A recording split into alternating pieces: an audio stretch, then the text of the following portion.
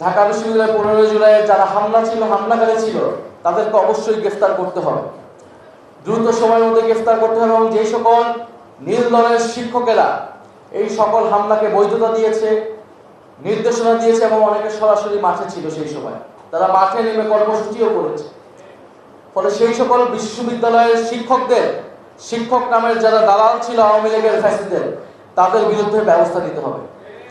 আমরা দেখছি প্রশাসনের বিভিন্ন জায়গায়, শুধু সরকার বিশ্ববিদ্যালয়, সরকার প্রশাসনেরও আওয়ামী দালালরা রয়েছে যারা এই ধরনের বাংলাদেশকে একটা অকার্যকর রাষ্ট্রে পরিণত করতে চায়, সেই ধরনের পরিকল্পনা করছে। বিশ্ববিদ্যালয়কে ঘিরেও একই ধরনের ষড়যন্ত্র রয়েছে।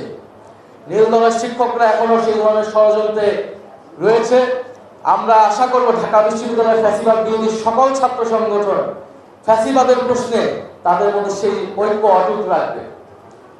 প্রিয় উপস্থিতি, আমরা দেখেছি যে ফ্যাসিস্ট শেখ হাসিনার একটি সাক্ষাৎকার, যিনি ডিসেম্বরে দেশে আসবেন, আত্মসমর্পণ করবে।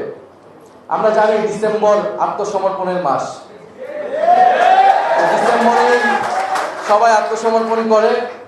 তো শেখ হাসিনা ডিসেম্বরে আসবে কি কবে আসবে, এটা বাংলাদেশ সরকারকে নির্ধারণ করতে হবে।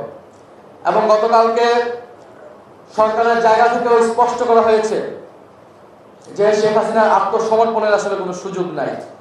তিনি আসবেন এবং তাকে আসা মাত্রই এয়ারপোর্ট থেকে গ্রেফতার করা হবে এবং তার রায় কার্যকর করা হবে।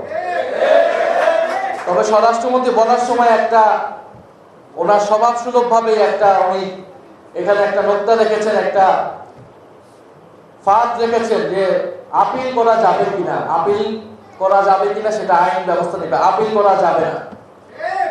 শেখ হাসিনার মামলার আপিলের রায় যখন হয়েছে, আপিল করার সুযোগ ছিল 30 দিন। সেই 30 দিনে শেখ হাসিনার পক্ষ থেকে কেউ আপিল করে নাই, ফলে শেখ হাসিনার মামলার রায় কোনো আপিলের সুযোগ নাই। এবং আমরা আশা রাখি সুপ্রিম কোর্ট, মহামান্য আদালত কমপ্লিট জাস্টিস হিসেবে শেখ হাসিনার যে ফাঁসির রায়, সেই রায়কে বহাল রেখে সেটাকে কার্যকরের ঘোষণা দেবে। তিনি আসা মাত্রই দেশে